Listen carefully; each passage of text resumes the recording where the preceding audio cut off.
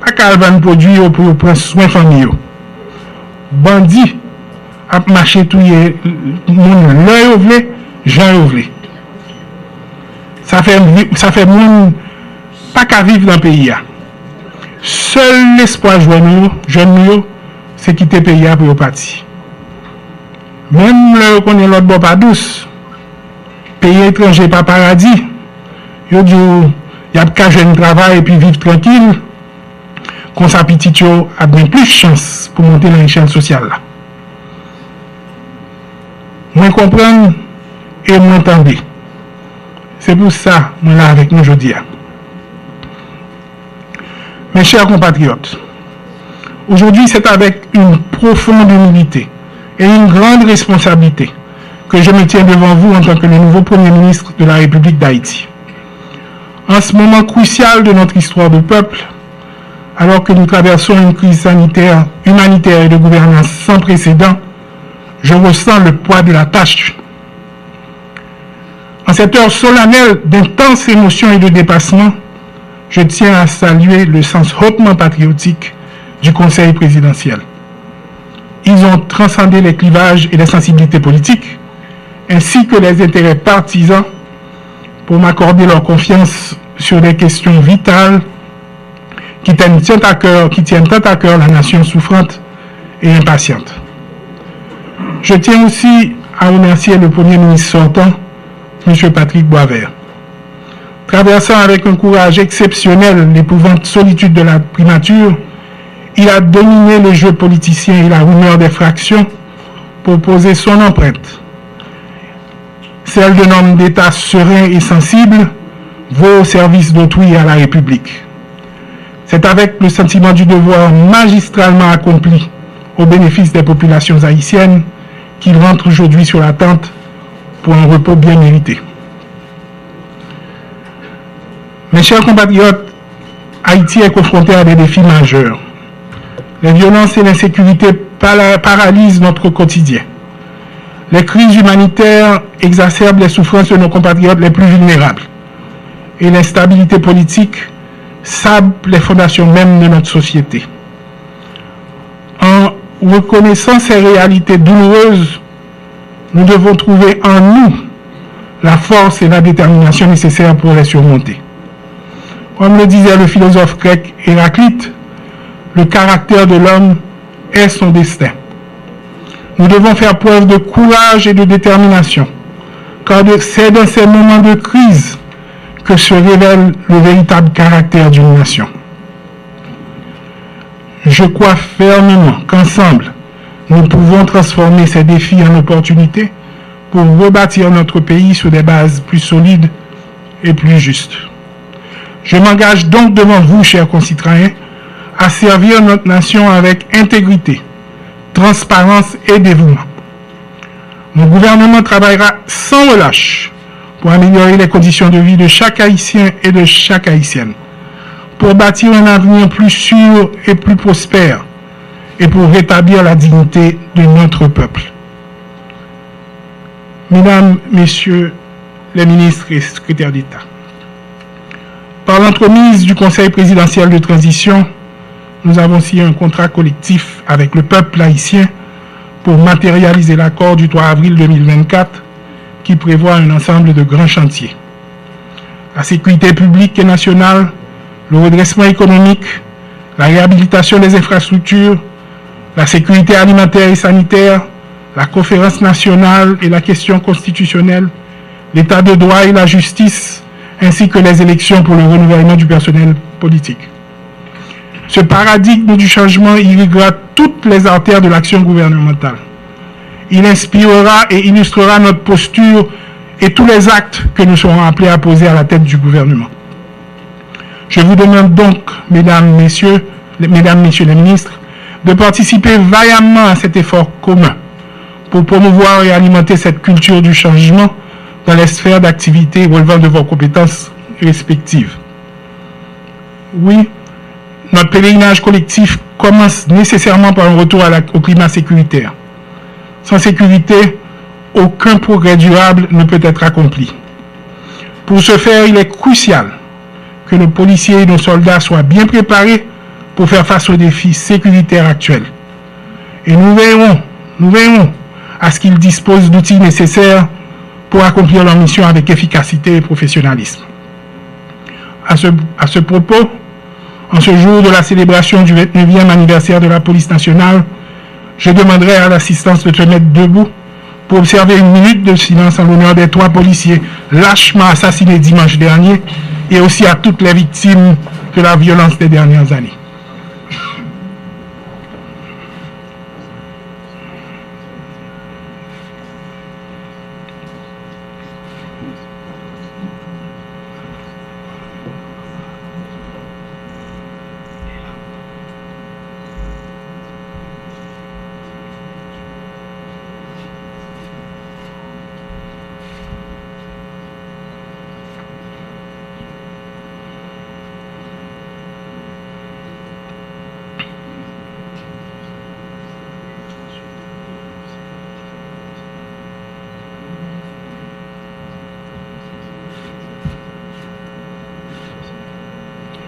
Je vous remercie.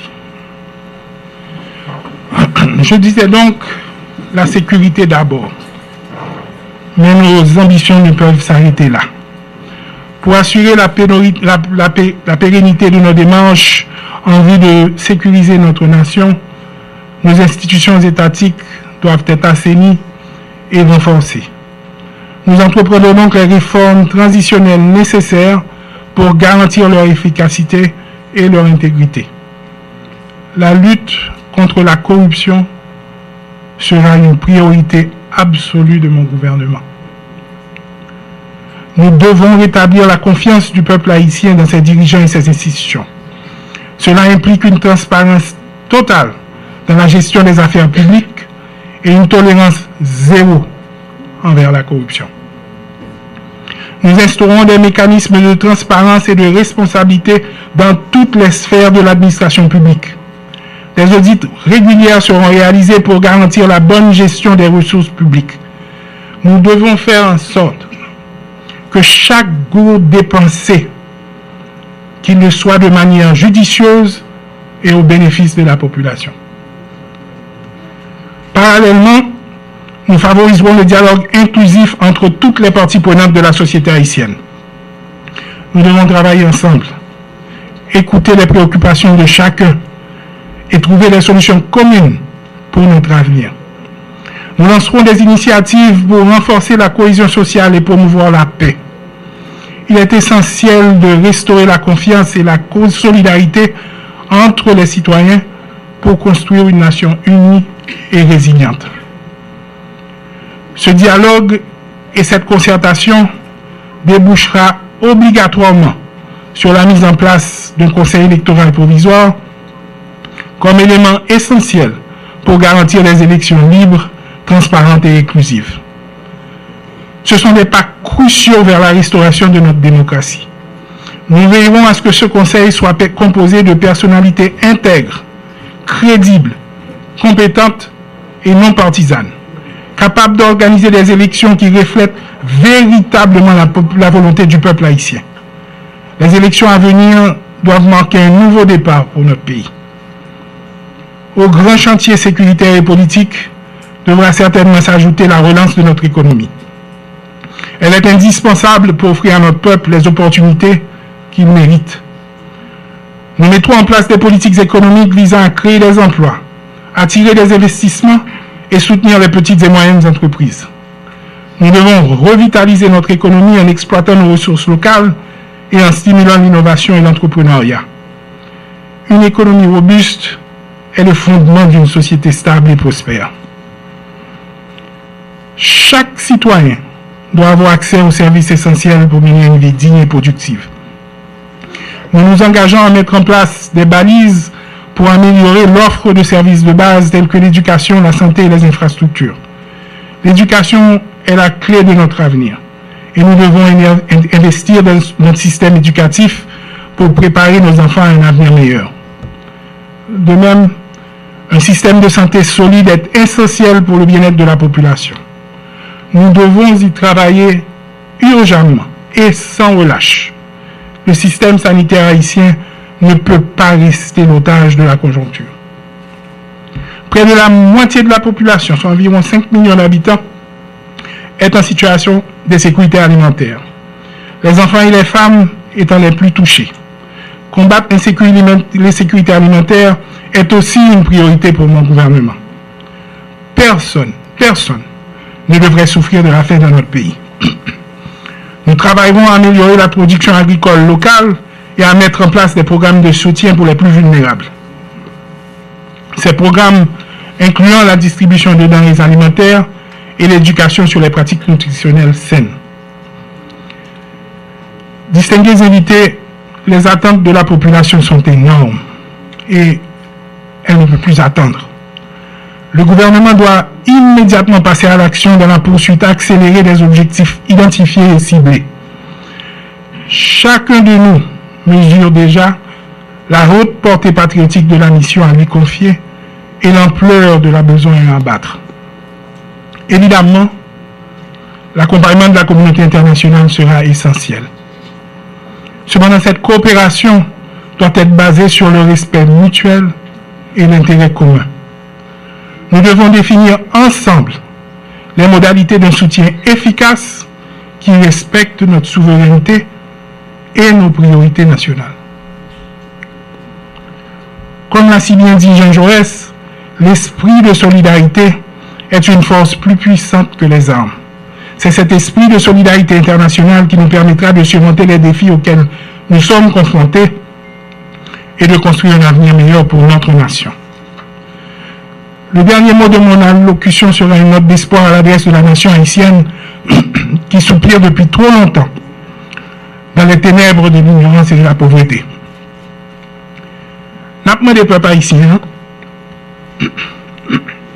pour ne pas perdre la foi dans l'avenir. Parce que le pifé noir, c'est jour pour l'ouvrir. Pour soleil la vie, temps et bada.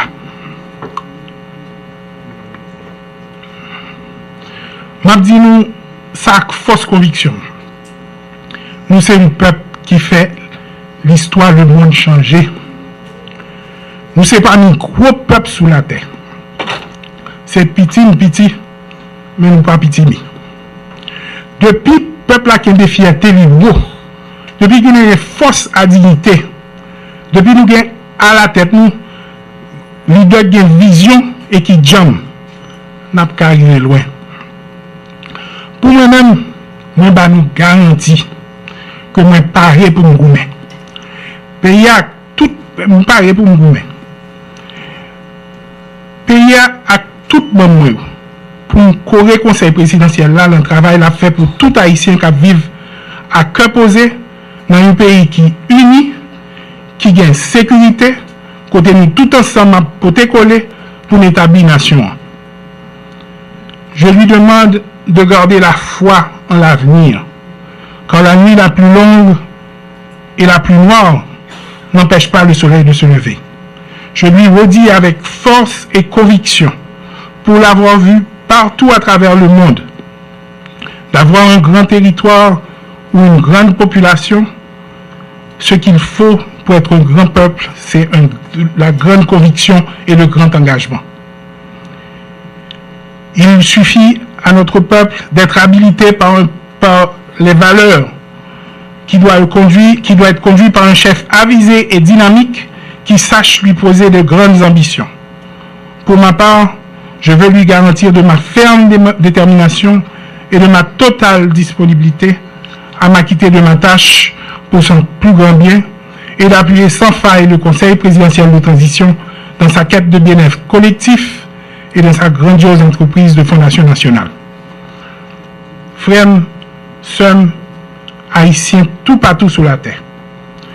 Moi, je voulais couper bien bas pour nous remercier nous pour confiance nous placer dans moi. Dans un moment difficile, ça, côté l'espoir, t'es bien fait. Nous avons une mission pour changer ça avec le peuple là. Famille, jeunesse là, diaspora, tout haïtien à la one bade, tout côté sur la terre. Nous allons faire ça nous capable pour faire lumière, venir, pour faire l'espoir bourgeonner. Nous voulons prêter parole pour être René Philoctète, qui t'a expliqué toute raison qui fait l'y attacher à Haïti, pour m'ajouter que c'est parce que l'esprit est nous et il fait nous croire que pas rien qui est impossible, nous mettons tête nous ensemble. Merci beaucoup.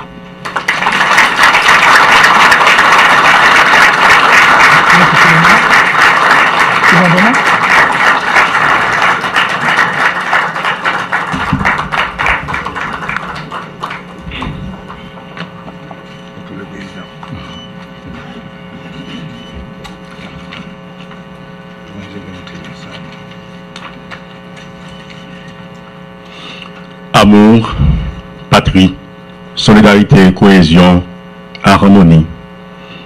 Voilà ce qui résume en partie le discours du Premier ministre, le docteur Gary Coney, chef de gouvernement. Mais il y a aussi cette pensée d'Héraclite qui est rappelée à travers l'allocution du Premier ministre, que le caractère est le destin de l'homme.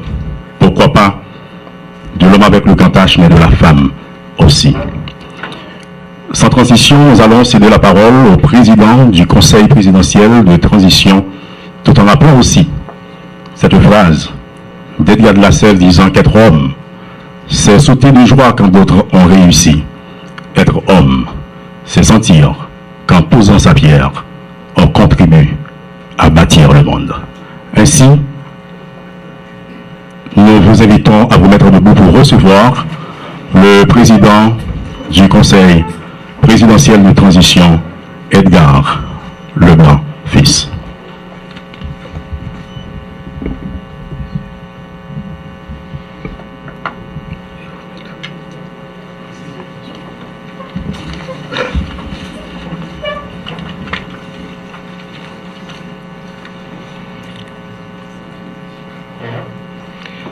Mesdames, Messieurs les conseillers présidents, Monsieur le Premier ministre Gary Coney, Mesdames, Messieurs les ministres du gouvernement, Monsieur le Premier ministre du gouvernement sortant, Mesdames, Messieurs les ministres du gouvernement sortant, Mesdames, Messieurs du corps diplomatique et consulaire, Mesdames, Messieurs des organisations internationales, Madame la représentante spécial du secrétaire général des Nations Unies en Haïti, Monsieur le Président de la Cour de cassation, Messieurs du Haut État-major des Forces armées d'Haïti, Monsieur le Directeur général de la Police nationale, Mesdames, Messieurs les grands commis de l'État, Mesdames, Messieurs, j'éprouve un réel plaisir à procéder ce matin, au nom du Conseil présidentiel de transition, à l'installation, à l'investiture du gouvernement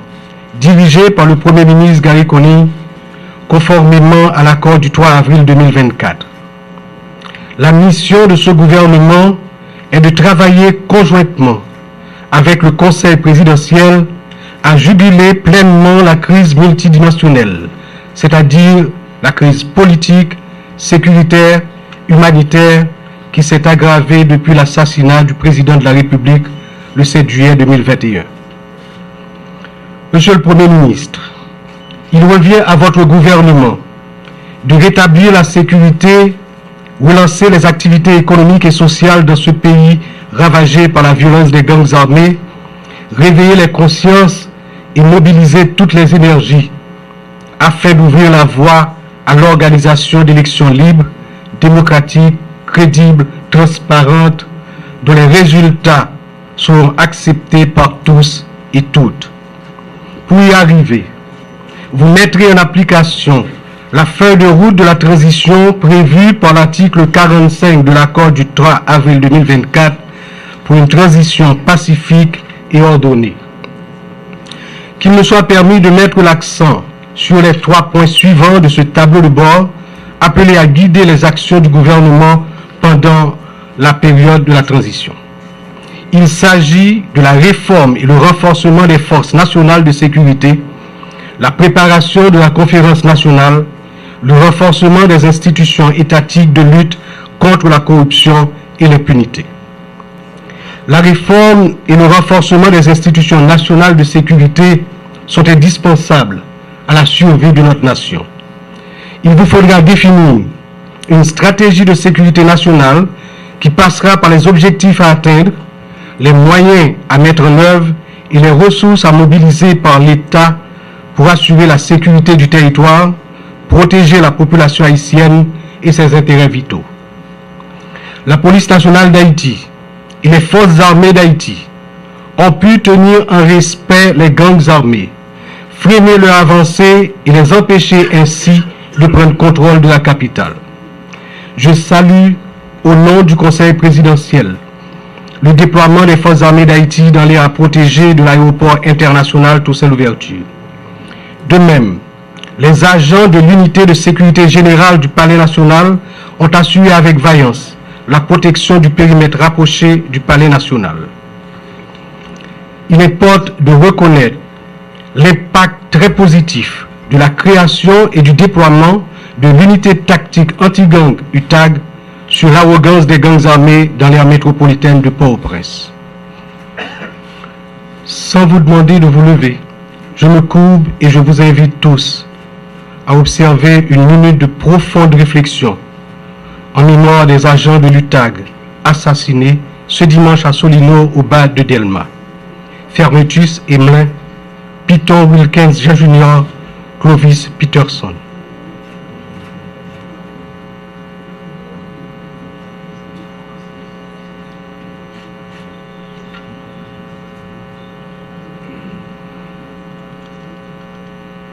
Merci. Les résultats concrets obtenus par les forces de sécurité nationale, engagées de manière déterminée contre l'emprise des gangs armés sur la population, en dépit de la faiblesse des moyens dont elles disposent, sont aussi liés aux manifestations de solidarité, de soutien de partenaires amis de la communauté internationale envers qui le Conseil présidentiel de transition, par mon organe, témoigne ici sa reconnaissance. Monsieur le Premier ministre, la tenue de la conférence nationale sera l'occasion pour les forces vives de la nation d'analyser les racines historiques de la crise haïtienne, les défis socio-économiques auxquels la nation est confrontée, la méfiance qui la divise et la possibilité d'arriver à un compromis sur un pacte à long terme de gouvernabilité.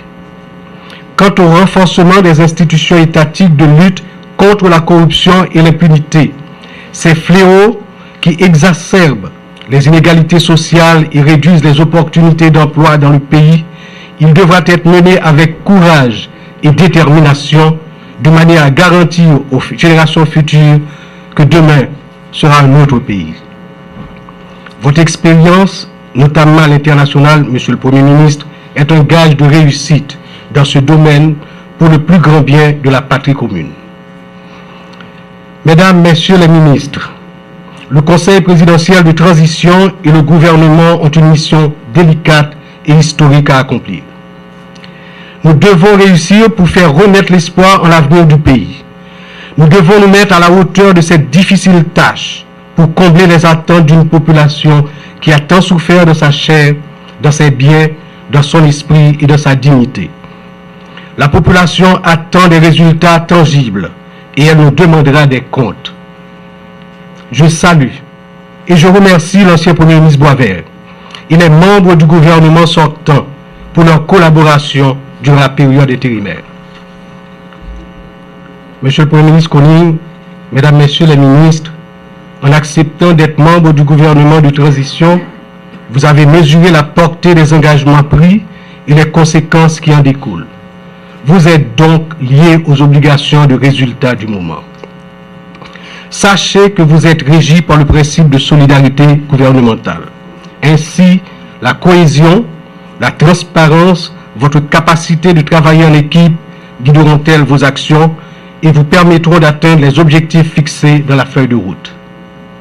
Mettez-vous au travail. Mettons-nous au travail. On travaille ensemble. On met main pour avancer la tête ensemble. Cultivez chaque jour dans votre travail le sens du devoir patriotique, le service public, afin d'adresser tous les défis qui vous attendent. Bon travail et du succès à vous, Monsieur le Premier ministre, et à toute l'équipe gouvernementale. Merci en pile.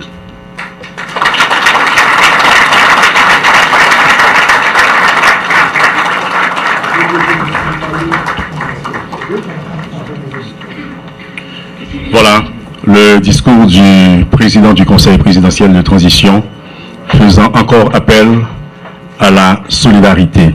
Mettons-nous au travail, a dit le président du Conseil présidentiel de transition au nouveau gouvernement, notamment au chef du gouvernement, le docteur Gary Conning.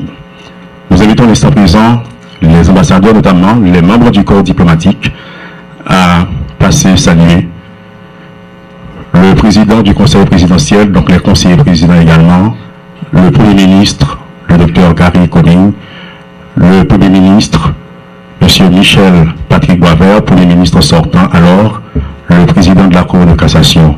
Et voilà, membres du corps diplomatique, vous êtes invités à procéder à ces salutations officielles.